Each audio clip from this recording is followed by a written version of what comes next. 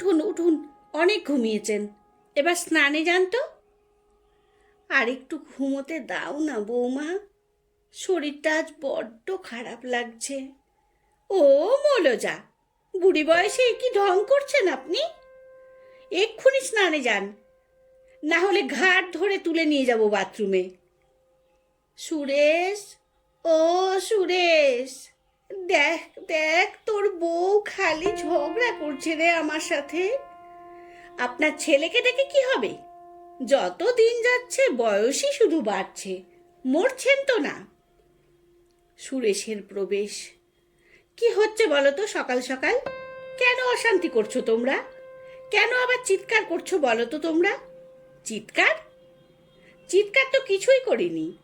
বলতে বলতে মুখে রক্ত উঠে গেল।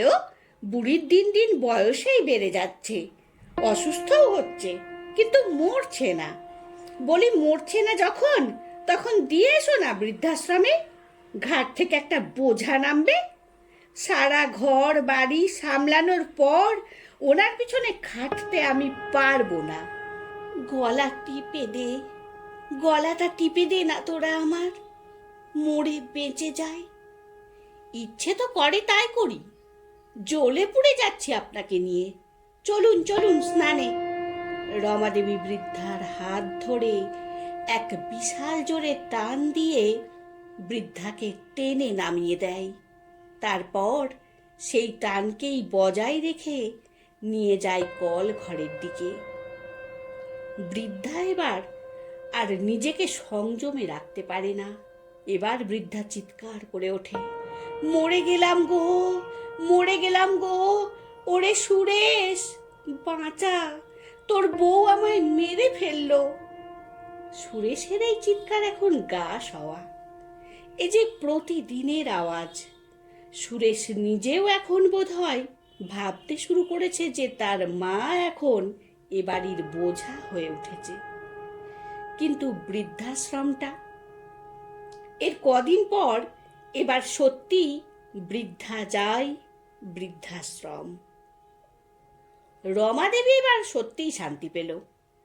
দুর্গা দুর্গা, বাবা বাঁচলাম, বোঝা নামলো এবারে ঘাট থেকে, আর খাটতে হবে না।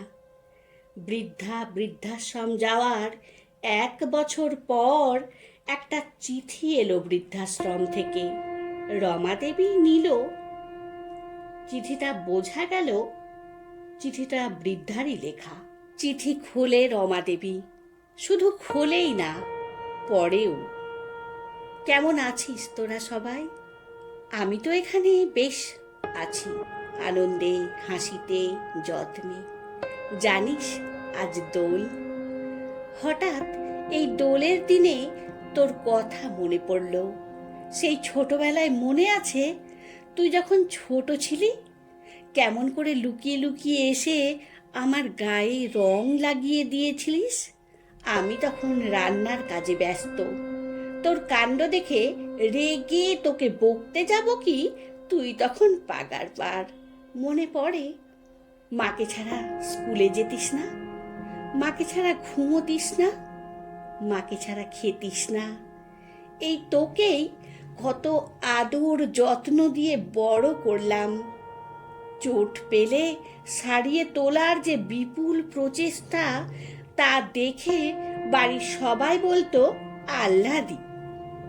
জ্বর হলে সারা রাত জেগে ওষুধ খাইয়ে সুস্থ করার যে বাসনা, বোধহয় মা বলেই পেরেছিলাম রে।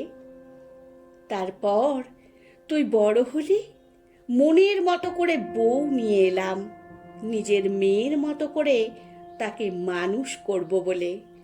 তাই বৌমাকে ঘর সংসারের সমস্ত কাজ শিখিয়ে দিলাম। শাশুড়ি নয়, নিজের মায়ের মতো করেই পাশে থাকলাম। তবে শেষ পর্যন্ত এই বৃদ্ধ বয়সে এসে যা বুঝলাম, এই অসুস্থ মাই এখন তোদের সংসারের বোঝা হয়ে উঠেছে। বৌমার অত্যাচারের সাথে তোর ব্যবহার মেনে নিয়ে সেদিন মনে হয়েছিল বৃদ্ধাশ্রমটাই বোধহয় আমার জন্য ঠিকই। সিদ্ধান্ত ভুল ছিল না রে। তাই তোদের দূর থেকেই না হয় আশীর্বাদ করলাম। ভালো থাকিস।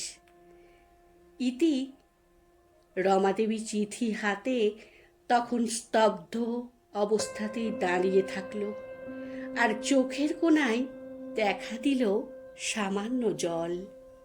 আপনাদের কাছে আমার একটা বিশেষ অনুরোধ, যদি চ্যানেলটিকে সাবস্ক্রাইব করে না থাকেন তাহলে দয়া করে চ্যানেলটিকে সাবস্ক্রাইব করুন। আর আমার গল্প পাঠ যদি আপনাদের ভালো লাগে তাহলে লাইক কমেন্ট করে জানাবেন।